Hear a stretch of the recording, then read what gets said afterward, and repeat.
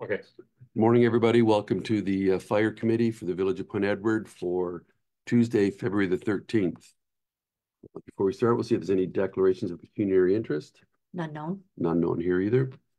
Our prior minutes, the minutes from our January 9th meeting were approved at council, and I see the corrections were, the amendments were made, so thank you for that. And no questions from that, Mayor Hand? Okay. Health and safety, we'll do a quick review of the health and safety report. I see it's in two. Is this the one for us? Yes, and so there's two of them now? Yeah, and it's with the new, they're doing it, Shelley and Jen did it on Mesh. Oh, okay. Oh yeah, it looks like a mesh. Yeah. So this is the new format we'll be getting. Yeah. Yeah. And then you divided into two sections, just it's one is for the garage area, so where all the truck, and then one is for the lunchroom area. Okay. All right. Any questions or concerns on that, Mary Ann? No. No. I'm glad to see mesh being used for it. Yes. Was it straightforward, pretty simple, Jen? It is a little bit time consuming because each item on the list, you have to click it and then scroll down and then click submit. So it's 60 something times. Oh, for one. Right. There's probably a lot of work setting it up. They did it. Oh, okay. Perfect. I think it'll be good. Yeah. Okay. Thank you. We have the chief's monthly report. Or do we want to go through the fireworks bylaw first? We could do the bylaw first. And then we'll do the monthly report. Okay. So we're just going to adjust our agenda. We'll do item 2 now, which is the fireworks bylaw feedback. I want to welcome Aline Kanji. He's been making a presentation on behalf of the Canadian National Fireworks Association. In our agenda, there were 3 working papers that the Fireworks Association prepared, and all members of the committee were shared a link to a YouTube video from TVO. Aline, welcome to Port Edward virtually, and the floor is yours. Thank you so much, members of council, Madam Mayor, and to staff. I'm going to do a screen share with your indulgence. If you could maybe just with an audible, let me know if you can see the screen. Yeah, we're good. Fantastic. Love the picture. Yeah, and you know what? While this is loading, I was in your town just a couple weeks ago, actually. My best friend, his father-in-law passed away. He was the 40-year organist up at St. Andrews in Sarnia, and it was a sad day. Obviously, funerals always are.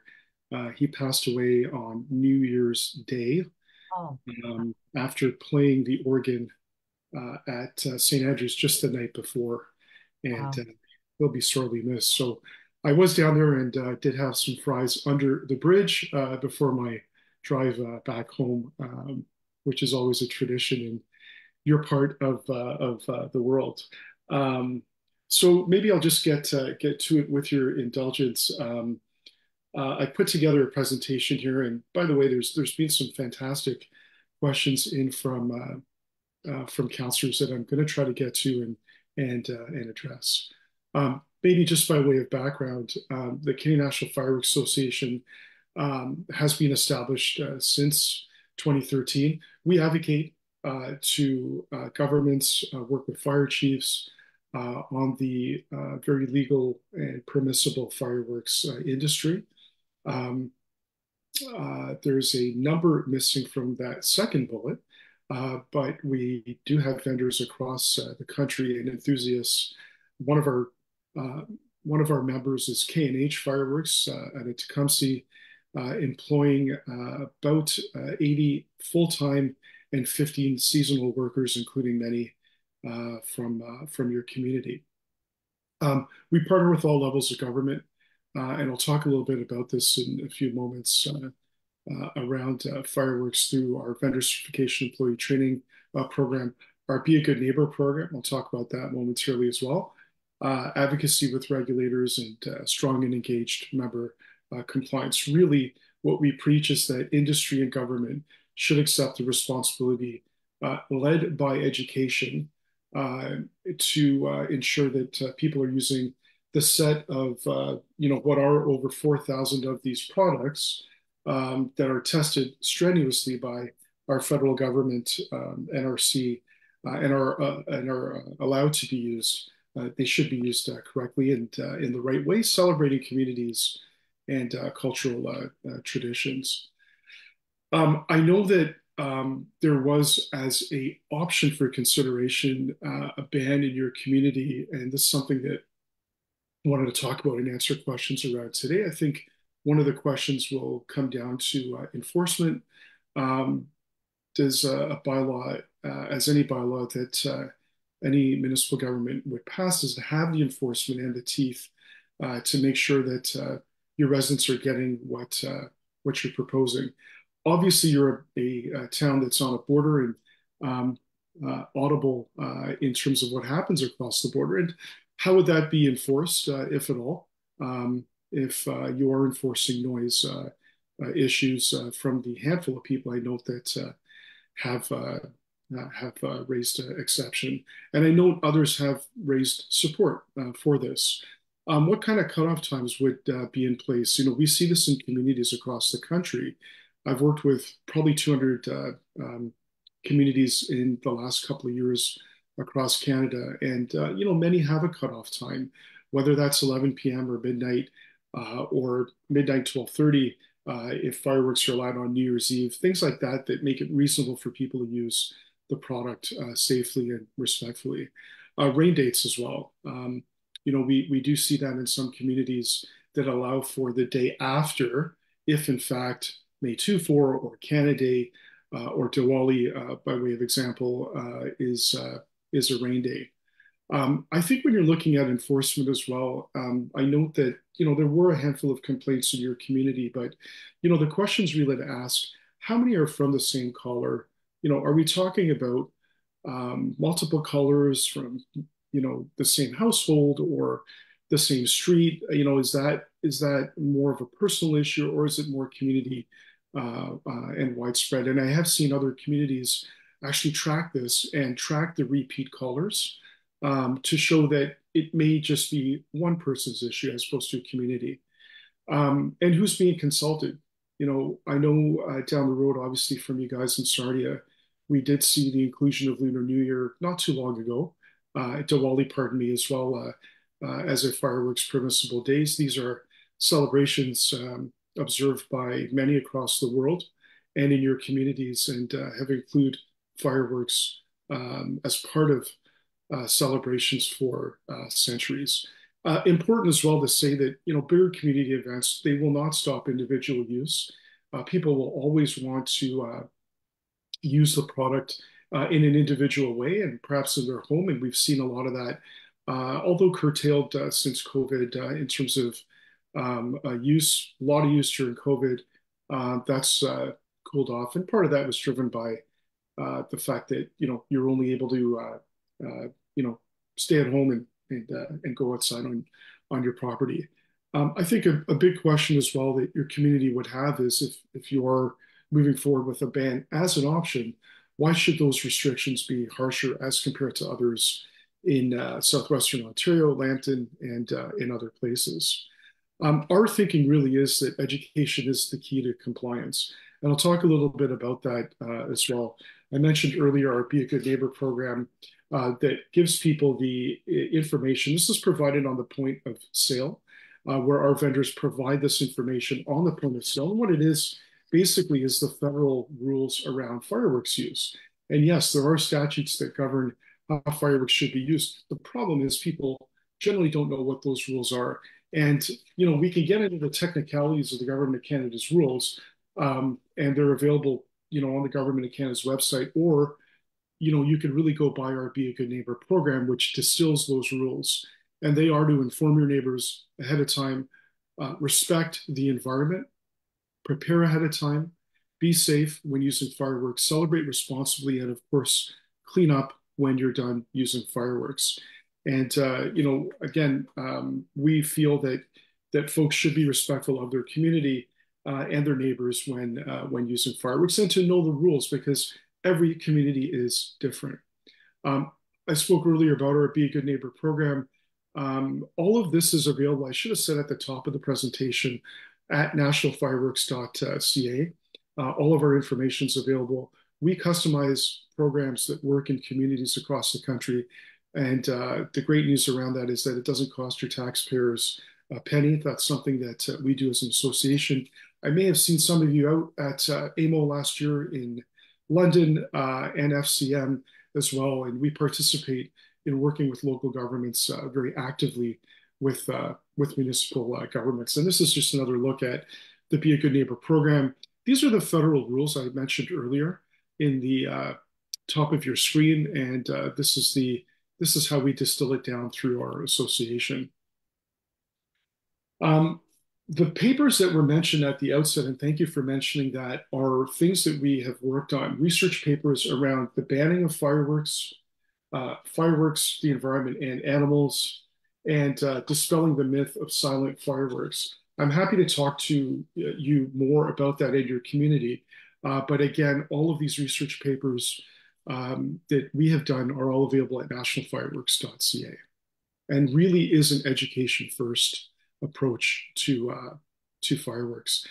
This is a bit of a screen grab at our vendor certification employee training program, which we encourage vendors like K&H that actively participate in this, and others across the country. Cost, zero, but it's kind of modeled a little bit very similar to the SmartServe program. So when you're serving alcohol, the person behind the counter has to take a course. And this is modeled very similarly so that the people selling the product know the rules and can provide that to people that are buying. And that's the benefit outside of the jobs and investment activity that local vendors provide. They actually provide that point of contact so people know about the product and are aware about it when purchasing it from one of your local vendors. Education to change behavior. Here's a photo of a park that shows, the creek as you see behind it. Obviously no swimming, no fishing, boating is allowed. I suppose not past that bridge that we see there, but there's nothing in there around not using fireworks near bodies of water and respecting the environment. This is something that we talk about a lot, and this is how municipalities can work with us to ensure that these things are provided so that people know not to use fireworks near bodies of water if that is your choice and something you want to build in your bylaw. And we think that's a great idea in communities from east to west, north to south. I mentioned a little bit about the environment, and we've done some groundbreaking research with Dr. Tom Smith. He's a chemist from Oxford University, and we've created a software calculator to measure our carbon footprint. And enough to say that we're doing our part to reducing our carbon footprint, and the fact that consumer fireworks displays at these costs, really provide not as much of an environmental carbon impact as you're to compare that to perhaps using your barbecue, taking a flight, or taking a drive over the course of 45 minutes. And these provide the numbers. Now, this isn't to suggest that there is no environmental impact. There is an environmental impact exponentially as compared to other activities. And I think that's really important to keep in mind, alongside the fact that none of those other activities build a community together. Perhaps your backyard barbecue does, to the extent that a fireworks display can bring a community together. And we're very proud of the fact that a major fireworks vendor, Fireworks FX, actually reduced its carbon footprint a few years ago and continues to do so by virtue of our software calculator. We did some polling. There's nothing better than providing residents and governments with data that show that folks agree that having an option for responsible, safe use of fireworks to celebrate those traditions is something that communities agree with. This poll was commissioned by Abacus Data. They are the pollster of record for the largest newspaper in our country. I'll flip through these really quick. I know the mayor and council had questions around, hey, what's going on elsewhere, right? Let's look at best practices in other communities. Well, we know what's happened very recently by our friends in Sarnia in terms of including Diwali as a fireworks permissible day. We think that's great. We think that's respectful, pardon me, of the community, the culture that we are in this country, to observe and to reflect celebrations of all Canadians, not just on Canada Day or May 2-4. Interesting traditions out west in BC around using fireworks on Halloween. We don't really have that here in Ontario. And so, these traditions are different in different parts of the country. Again, some more news on Sarnia and their fireworks bylaw in around Diwali, and in fact, even in New Year Festival of Cultures, where Sarnia is hosting, that would include fireworks as well, as you probably know about, and a celebration of lights around the Christmas season that has included fireworks in the Lambton Sarnia community. I had the pleasure of working just before the AMO conference on London, Ontario, obviously just down the highway from you guys. And in fact, council decided, and they were contemplating a ban of fireworks, and they actually decided, you know what, not only are we not going to ban, but we're actually going to include other days, which were the two additional holidays being Lunar New Year and Diwali. That London Council approved back in August of last year. Yes, again, another headline from London around the bid to ban, which obviously did not proceed in London. And they went with option one you may see in the top of your screen, really to allow for fireworks on Diwali, on New Year's Eve, and to ensure that folks would continue to celebrate in their communities and reject the notion of a ban. I think we had about 600 people come up to council chambers. The mayor telling me there has been no outpouring on any issue in his term of office to the extent that we saw folks come out to speak about this in the community of London. Again, down the highway as well, let's focus on southwestern Ontario. Chatham-Kent, in fact, around the same time as London, approving the sale of fireworks and use around Diwali. Great move, building an inclusive community, and great work by our friends in Chatham-Kent, recognizing the cultural celebrations of their residents. A lot's been talked about in terms of Brampton. Whilst you may have heard some news that they do have a ban, what you may not have heard, and in fact, their mayor had said that he wasn't in support of this. Council did approve a ban, but interestingly, in October of last year, they decided to open up that ban and to allow for the most popular product, fireworks product, which is a sparkler, something you'd see on a cupcake or on a birthday cake, to be allowed. Policing and enforcing the sale of sparklers at Dollaramas and party stores and small businesses that are across communities is something that they said they didn't want to do. And we certainly think this is a notion that may end up revisiting the ban that they have in place. And in fact, complaints have gone up in Brampton, according to the city's own data, because they have a ban in place right now. Seems a bit counterintuitive, but that's what's happening up in Brampton. Mississauga rejected a ban. Former Mayor Crombie and her council called it extreme and did not want to move forward with that and continue with traditions, including this past weekend, where they celebrated Lunar New Year responsibly using fireworks. Caledon as well. Interesting. They do have a ban. Complaints are up. You can see that on your screen.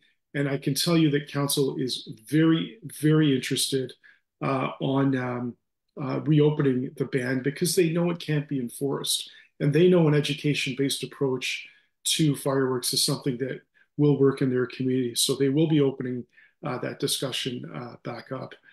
And just to wrap, Edmonton again looking at that as well, a potential ban, but calling it an overreach by council in their own words. So I guess to close, as Point Edward wrestles with the idea as an option to ban or not to, our ask is to work together. I'm happy to work with staff and your community to give them the information required to create a made in Point Edward solution to fireworks and help you with a new fireworks bylaw, be part of the community engagement and stakeholder engagement. We would love to see our education and training programs built into your bylaws, something that communities across the country are doing proudly by working with us, and to continue to ensure that folks are able to celebrate responsibly in their communities by ensuring that a ban is not on the table. And with that, I'd be happy to take your questions, and thank you again for having me this morning. Okay, thank you. Thank you, Elaine. Marianne, do you have any questions? No, just to comment, I thank you for presenting your information. It was a lot there that's for consideration. So thank you for reaching out to us to attend our meeting. Thank you. The fire chief isn't with us today, but the deputy is here. Do you have any questions of Elaine, Rick? Just one, when you say you work with the fire chiefs, are you working with them individually, or are you working through the Ontario Association of Fire Chiefs, or how does that work? Yeah, a bit of it's not an either or question, but it's all. I've got a great relationship with Chief Peg here in Toronto, right down to other chiefs across the country. Now, there are 6,000 individual cities in the country. There are volunteer fire forces, as you know, and there are more established ones in places like some of the big cities. And it's not a one size fits all, but we do work with them. We were at the Alberta Fire Chiefs Association conference last year, OAFC, the CAFC. These are all terms that your fire folks would know. So we do work with the associations. And in fact, I've just traded emails with the head of the CAFC, Canadian Association of Fire Chiefs, for their inclusion of speaking at their conference later this year. And again, education first, safety first. Nothing should underpin that. And, we certainly feel in our discussions with fire chiefs that folks feel the same. Nothing should underpin safety, anything more than safety, pardon me, when using fireworks. Okay, thank you. So, Elaine, you addressed most of the questions I sent you in advance in your presentation. I do appreciate that in the interest of time. So last night, while getting prepared, I did come across the CFTO story about the incident in the Mississauga Plaza where fireworks were let off, and nobody was a good neighbor that night. And I doubt that would ever happen here. But how does your association respond to that? And was there any way that I saw police had their hands tied, but any fines, any laws that were broken that could have dealt with that? Yeah, listen, great question. You can Google my name and type in Mississauga, and you'll see my comments on that particular story. Okay. But what I'd like to say around that question is that we've worked very closely with the third largest city in Ontario, that being Mississauga, with Chief Rizzi, the fire chief, and with council on this solution. And that plaza is really interesting because it has been a bit of a hotspot for a lot of, as council has called it, geopolitical protest that are happening there. People are Mhm. not respecting their neighbors, whether that is loud car exhaust, revving of engines, playing of loud music, and yes, there have been folks that have used fireworks nefariously, keeping their neighbors up at night. Zero tolerance for that, absolutely, and it is reprehensible to do that. But what have we done? To your question, we're working proudly with council in Mississauga and actually supported their increased fine amount. Now, I'll tell you this. The previous maximum fine amount in Mississauga was $5,000, for using fireworks nefariously. And God bless her. It's actually 1 year tomorrow that Hazel McCallion passed away, and she had the provision to to ensure that that fine was in place. Now, I can tell you, over her 40-year tenure, it was never implemented once, not once in the city at 5,000. So, what did council do? Well, they increased it to $100,000. Um, I think it's a great veiled threat. I don't think it's ever going to be enforced. And I think if it does, it's going to tie up their courts and be challenged. And it's a noise bylaw across a whole different variety of areas. I think it's great to put things in place like that, but it's almost akin to a ban. If you're not going to enforce it, it'll have no teeth. Peel Police out in Mississauga have come out and said, do not call 911 about fireworks. We will not enforce this. And I don't suspect the OPP in Point Edward would do the same. I think this comes down to education. And we're proudly working with Mississauga, and some of the billboards you saw in the presentation that I shared with you earlier are actually in that community. Again, I think we need to look at these issues around noise holistically and come up with solutions. Here's another solution we've talked to council about, but should they think about creating a BIA, a business improvement area, for that particular plaza and the surrounding area to bring folks together and come up with reasonable solutions? And yes, we feel reasonable solutions are not using fireworks in the vicinity of vehicular traffic in a plaza. That's offside, full stop. But again, so is playing loud music, revving of engines. These things keep people up at night as well. And again, I think we got to look at this holistically. I hope that answers your question. Yep. And just one final question regarding enforcement. Is the offense that would be put in a bylaw for lighting them up after 11 or whatever, is it a found committing offense? I know you're not a legal expert, but does the bylaw officer or police officer have to witness the person actually lighting up the fireworks, or is a pile of rubbish in their backyard sufficient to lay charges? So I'm so grateful you asked that question, because I didn't address it in the presentation.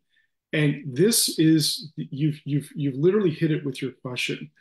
This is the challenge and this is the problem, because any bylaw officer will tell you that they don't enforce and they can't hand down the fine, whether it's $5 or $100,000, because they need to be seen.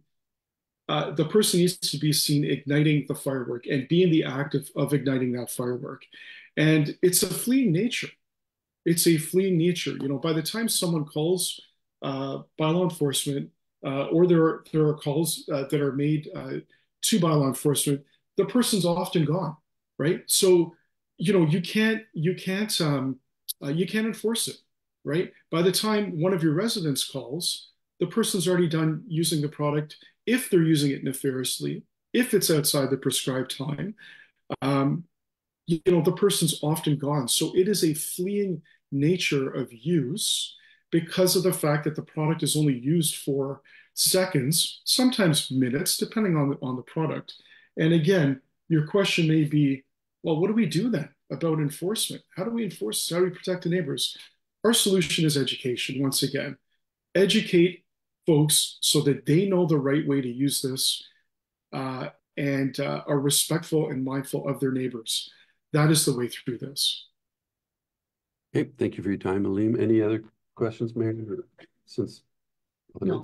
okay, No, I appreciate it. No, okay. I think it's well All right. covered. Thank you for your time. Appreciate it. And I think we may be in touch. So We look forward to next steps. And my apologies as I wrap up of saying that I'm not with you in person this morning. I much prefer building relationships in person, but hopefully we are able to work together and able to make the trip down very soon to meet with your team. Thank you so much for your time. thanks, Aleem. Thank you. Yeah. Bye-bye. So then there's summary of the public comments. Yep. Want to go to that? Yeah. So we've received the official complaint that started all this from July 4th, 2023. Committee or council asked that we poll residents on their concerns, and we've received about 30. One thing I see missing here is like a staff report with recommendations. Well, there's no recommendations, but there is a staff report, like a summary of the This one? yeah. Oh, okay. Okay, I have that here. So I mean, there's no recommendations on anything yet. We wanted to. It's a summary of everything that was collected. Okay, see for a second. Yep.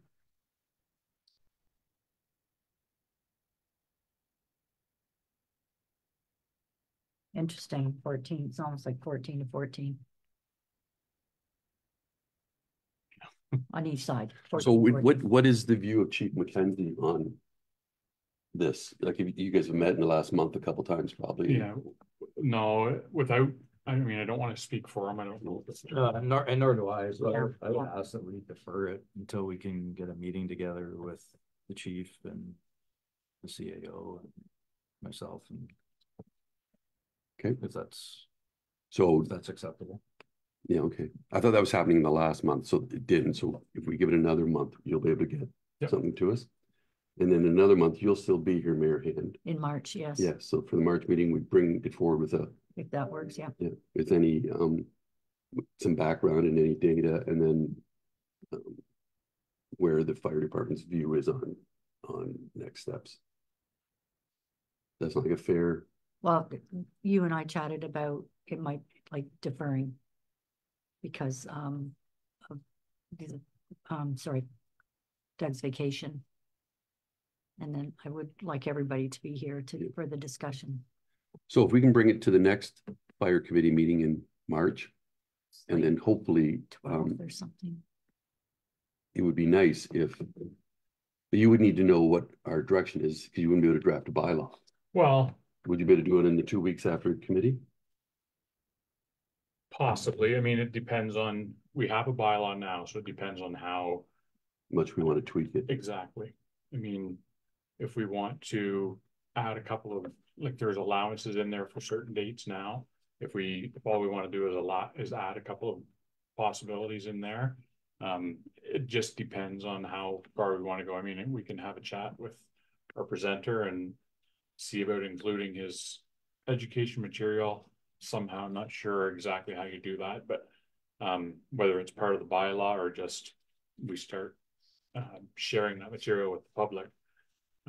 Well, we do have the open burn info sheet going out. It'd be nice if we could put it on the back, tie the two together, like do a two-sided pamphlet. Yeah, well, it only goes out electronically anyway, so it's okay. like it's not a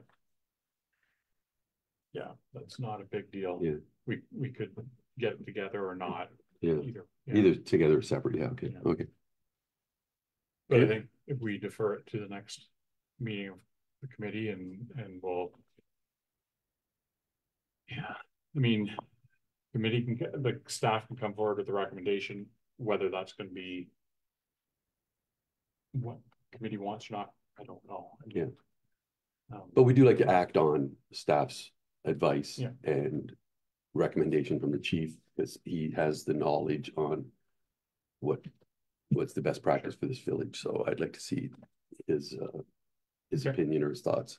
I mean, he did leave me with some bullet points, but if we're gonna defer it, Just, yeah, might save it for a meeting with save it everybody. together. And then those bullet points hopefully can go in the staff report that you and he create for the next committee. So, okay. Thank you. Yeah. Now we go back to the Oh, we'll go back to monthly month. report. Yes, sorry. Thank you. So that would be March the 12th is the next committee, like in March. All right, so Rick will now present the Village of Pune Fire and Rescue Committee report for January on behalf of the chief. Okay, so we're sitting at 27 volunteers right now with 4 recruits in training. We just lost one from retirement that's left to go to Sarnia Fire. We're actually waiting on a letter from another one that's going to take a leave of absence due to a medical condition. So we'll be down to 25 responders here, or 26, sorry, because I've already accounted for that.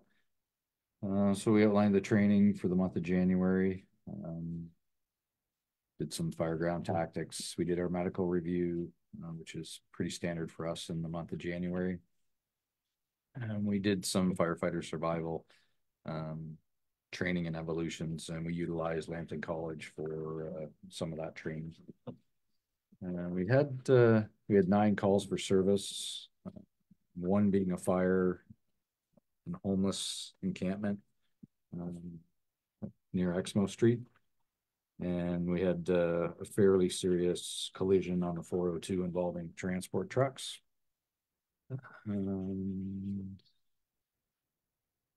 Fire safety inspections. We did do a site visit to the Sunbridge 4 Points for an ACGO license request. So we've got that underway. We've been into the West Wing where they're doing construction, where they're gutting that West Wing. So we had some issues with some means of egress and some detection requirements that we talked to them about. We found some egress doors that weren't in compliance, so we've been in contact with the building department to get that sorted out. So that's underway as well. Claudio with his EM stuff. If you want to talk about that, Claudio. Yeah, there wasn't much in January. We met at Laws to prepare our after action report from our exercise. Hopefully that'll be out for publication here soon. And we're anticipating February for the grant response, I guess. I haven't heard nothing yet from the province, but hopefully from them soon about if we got what we got. As soon as I find that out, I'll let everyone know. As far as our facility is concerned, interior wise, nothing to report. The exterior, the concrete pad in front of the apparatus doors that's been sinking. There was some high vis paint put on that lip just to make it more noticeable. All our vehicles are currently in good working order. Health and safety completed the required training, put out through our training schedule. Inspections were completed. We did do some upgrading to our firefighting protective gear for the hoods for our staff. So we've moved to a particulate type hood that's gives them more protection. Security, nothing to report. Capital budgeting, there's nothing to report there. Community feedback, we got a letter of thanks from St. Clair Child and Youth. Upcoming events, 1200 Degrees, who we did the agreement with for our new engines, supposed to be here shortly to finalize all the details on the truck. We have some upcoming training through NFPA regarding public education and some upcoming training regarding electrical vehicle fires. We did meet with our OFM advisor. He's looking into some items of interest for us. I'm waiting to hear back from him on that. We had some staff that attended the annual fire trade show that was hosted out at Lambton College. We also attended some training at Lambton College regarding command and control and some new evolving techniques around electrical vehicle fires that are involved in collisions. We did some SCBA mass testing, fit testing for the month of January. We'll finish that off this month. All our staff are required to get fit tested every 2 years. So we're going through that process right now. Completed the medical review and testing, so that's ongoing as well for our staff. We've had a few sets of bunker gear that have been in need of repair. So the cost to repair is significant, unfortunately, but it's necessary. But it is cheaper than buying new sets of bunker gear. We did do a large amount of cleanup this month in the fire hall, both the upstairs and downstairs, just kind of purging some of the items that we've been holding on to for a long time. So we're busy doing that. Yeah, the training at the college. So we utilize Lambton College's cold tower for survival training. It was the month. Thank you. Any questions, Mary Ann? Yeah, I have back to the number of like in the department. Yeah. So it says there's 27 volunteers available for response. That's right. 4 in training. Yeah. So how long does it take the 4 till they get their pager? Does that vary by individual? Yeah, it varies by somewhat, but yeah, it varies by individual. And now that there's the requirement for the firefighter 1 and 2. yes. That kind of changes things as well. We can let people respond with limited responsibilities though. So we could bring somebody up who we felt was technically good, but they wouldn't be able to do interior firefighting. Sure. You know, they would only be allowed to do exterior stuff. So out of those 4, 2 of the 4 actually have firefighter 1 and 2, so they won't be long before they're responding. They just have to go through some testing, so it shouldn't be too long before 2 of them come up. And I didn't account for the other 1 that's we're waiting on a letter for medical leave. So that's, No, it's just, you know, look, the number, you know, we all like if we went down to 25, it's concerning, but if soon that you're going to bump up a couple, we're going to maintain that level. Yeah, the chief's got a plan to do some internal testing coming up in the next month or so. So that number will probably change. Okay, now and the other comment I want to make, I know that, you know, over the last months and year, there's been concern about how to respond to EV fires, especially and in the batteries. Yeah. So it's a concern that's been raised by your department. So it's good to see that you're getting different opportunities for training. It's on everybody's mind. You know, all different departments, everybody's concerned about new materials and how do you respond to the batteries, especially, or yeah, exactly. And like not sure how they're supposed to treat them. Yeah. So once the fire's out, then what are your next steps? Yeah, you know, it's good that, because I mean, I remember at the time it was we need to get some training, and then this training is coming from different avenues. So that's great to be able to keep up with the new stuff. So the chief's got spoken to a company, Code 4, which we've used for years for auto extrication training. One of their staff is one of the leading guys in Canada regarding EV fires and EV training for collisions. So the chief's been talking to him to set up some training this summer. So, like a workshop. Yeah, well, to have him come down and actually do some hands-on training with our staff. Yeah, that's great. That'd be excellent. Thank you. That's all I had. Thank you. So the training at the college, do we have a relationship with them? Do we rent the facility, or? We do rent the facility. There is a cost to it. I don't even know the cost. Yeah, that's how we do it. Yeah, we do. We do have an agreement with them, and there is a set fee. And I believe that they cut the Lambton County departments a bit of a deal. Okay. Because we are local. Yeah. So, and the cost change. So if we don't use any materials or we're not lighting any fires, the cost is less. If we're just using the facility. Okay. It's one cost. If we're actually burning, then it's another cost. Okay. And most of the cost is associated with having a staffer. They have to have a staffer on site. Right. And most of the cost is to cover the cost of that staffer. Yep. No, it's a great asset to be able to utilize. So it's well worth it. So What's reciprocal too, because industry and the departments give opportunities to their students. So they gain by having those relationships. Okay, so motion or just a recommendation to receive and file that report. Yep. Seconded, Okay, or so moved. Yep. So now we'll move on to the 2023 capital status.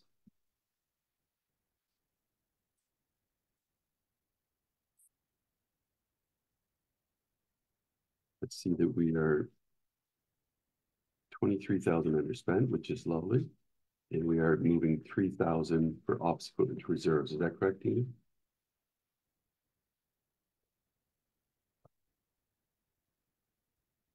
And that move to reserves, is that because there's something they want to buy that we haven't got yet, or is that just putting it back? They usually ask for every year, so Okay. rather than just re-ask for it, just carry it forward. Okay. Any highlight on this year's capital? It looks like it's all got spent and spent properly. And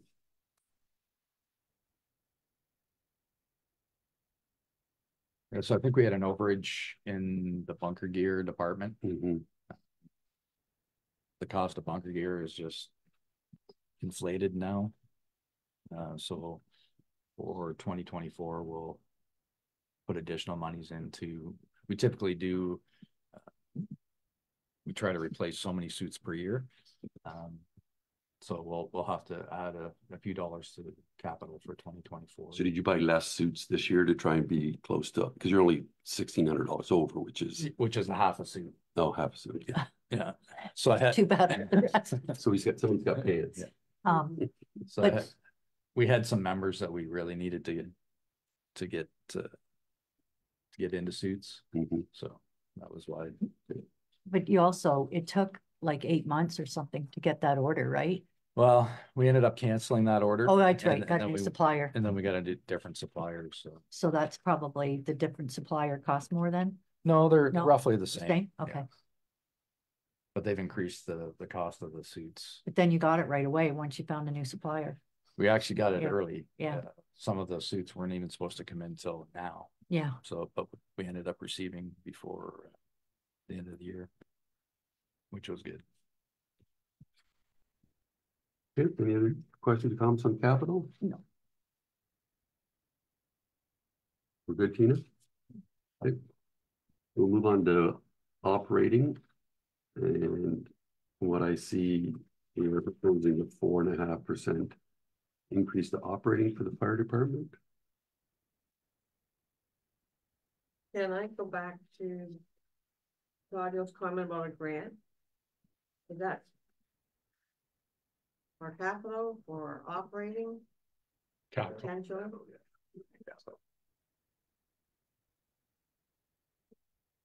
was for emergency response Yeah. projects, right? On that list. Yeah. Well, What? we'll talk about that when we get to So for operating, any questions, Marianne? I don't see any, obviously, no, so Tina, you have your note that we haven't finalized the union contract.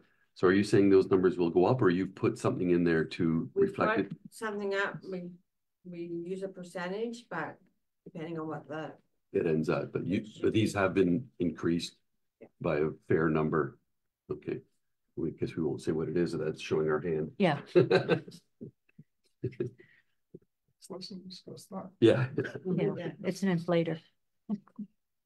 Okay, and then again, we're getting hit with additional insurance. And I know we'll come up at budget, but remember we were going to shop it around and then we were told No, what we did last year, we lowered the deductible. deductibles, so that's what we're waiting for. They gave us a price with the old deductibles. Yeah. And I asked them, and they hadn't changed it, so they've gone back to make those changes, and we're waiting to get the final bill from them. And so it says in blue, additional 4,400. Is that an additional 4,400 off? No. If it's our normal insurance and plus an additional insurance each year from another company, Aon or something. okay. Again, this discussion came up at the county a couple of months ago about if we could find some kind of a cooperative, like between all the municipalities, but it's been raised before and it doesn't seem to go anywhere, but they said they'd look into it because everyone's been hit with the same double-digit increases, Yeah, but some sort of a countywide Yep. insurance system would be They said they take it away and look at it, but I haven't heard any updates since that meeting. Okay, so did you have something to say, Rick? Well, we're likely to see an increase in our repair and maintenance of equipment. Our ladder truck is going to be required to have a service that it doesn't get annually. Mm-hmm. It gets every 5 years. So we're likely to see an increase there. And did we have an overage in our repair and maintenance? Yeah. Yeah. So we're likely to see that again. Our air packs are getting older. Our engine one, we're going to have to nurse it through. Like it's been good, but our engine one's got to get us another couple of years. So there might be some increased repair and maintenance. 2 years from now, 2 years from now. Yeah. supposedly, for the new truck. Yeah. Yeah. Yeah. I mean, it's scheduled now, like it's in the schedule. So that hopefully they'll. Well, a gentleman's coming to visit and finalize things. You probably could get firmed up on. Yeah, hopefully we can get Yeah. a better idea then, but yeah. They did say 2 to 3 years, so I guess we'll see when they Yeah, do. that's right. It's not necessarily 2, could be more. So there is an increase on the equipment repairs and maintenance. All right, Oh, I see it's just so it's not a surprise. it's increased, but only to Basically, yeah. what the actual was for this year, correct? Right, it was 24-1, Yeah, and it's now 25. yeah, so we had your budget of 20, you spent 24-1, and So the cost of our annual inspections has gone through the roof. So for ladder 2, rescue 3, and engine 1, the annual inspection costs have gone through the roof. We've talked to a couple of different vendors, and they all seem to be straight across the board charging the same number. There's no real reason. They can't give us a reason why they increased, but a typical safety was, 6. But Doug and I went through these. Yeah. Okay. Yep. Good. Yeah. He's well aware of it. okay, so we'll move that forward as it is, Mary Ann, Yeah, so moved. okay. And then where's the capital? We don't have We it have, yet. Oh, we don't okay. have capital yet. Okay. It'll either be special meeting between now and March, or it'll be in March. It'll just be presented. You can send it to us electronically When it's, yeah, as soon as it's ready. yeah, we can do that. Yeah.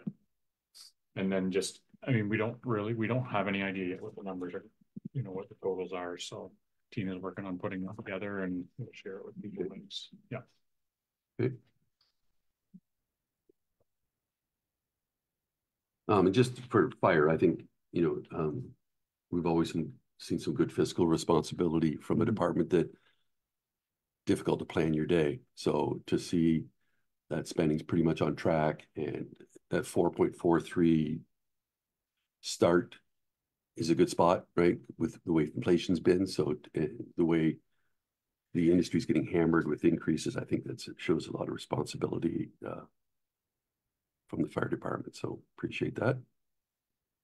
So on the revenue side, most of it came from fines over to your, sorry, we had budgeted 3,500, filled out 1,200. So do you see any more of that coming in? I wouldn't think so. Yeah. We've tightened up the open burn bylaw, which could create some opportunities. So you don't think any? So I put down 1,000. Yeah, it's hard to It's say. a pretty hard thing to predict. Down pretty good that they're starting to.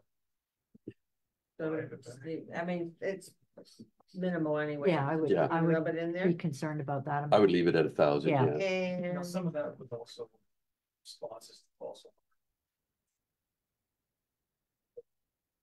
Where's that at? One of that stock. They're billing out for multiple false alarms. That's where a lot of that was coming from. so maybe a little bit. And then on the inspection side, there's just that one account that you do, Claudio, emergency plan. Yeah, So that 10,000 still okay in there? yeah. And I do have one capital that I want to add this year. So talk, But that, we'll do that later. we'll do that with capital. And Tina, where's the you said the other revenue? I see the fines or miscellaneous revenues of 1,000. Where was the other one you talked about? That's it. Oh, okay. I thought I heard you say something about 10,000 of some sort. I might have not listened properly either. I've done that before. I think I said 1,000. Okay. Okay. All right. Perfect. Thank you. It'd be nice if it was. Yeah. Maybe you dropped it. Yeah. Yes. Okay. So we'll move that forward then, and we'll wait to see just the high-level capital plan. Next one is the fire monthly financial statement for the month of January. So we only have the summary report. When Tina went to print these off, the software was giving her some problems, so she wasn't able to prepare the detailed report. So it's just. And I see so none of the budgeted numbers have been input. So Yeah, there are no budget numbers anyhow. So it's Yeah, right. because it's know. January is. okay. All right. Any other new business, Mayor Hand? No, just one thing Claudio didn't say, but you're probably involved now in planning for EP Week, which is the first week of May, I believe. Actually, yeah, it sounds familiar. So Yeah, we on the sheet there was a meeting with the province. They did a webinar, just going over this year's theme and oh, okay. different publications and public education documents that they're going to be providing. Oh, that's interesting. For ourselves, but Yeah, some options. Actually, I was kind of worried if that happened. they've never provided something like that in the past, have they? Years ago, Oh, Years okay. ago. It used to be really good years Yeah, ago. so that's interesting that they'd resurrect that. Yeah, so it's provided as print ready PDF. So you can Wow. put your printer and paper Wow. yourself. Yeah, that's great.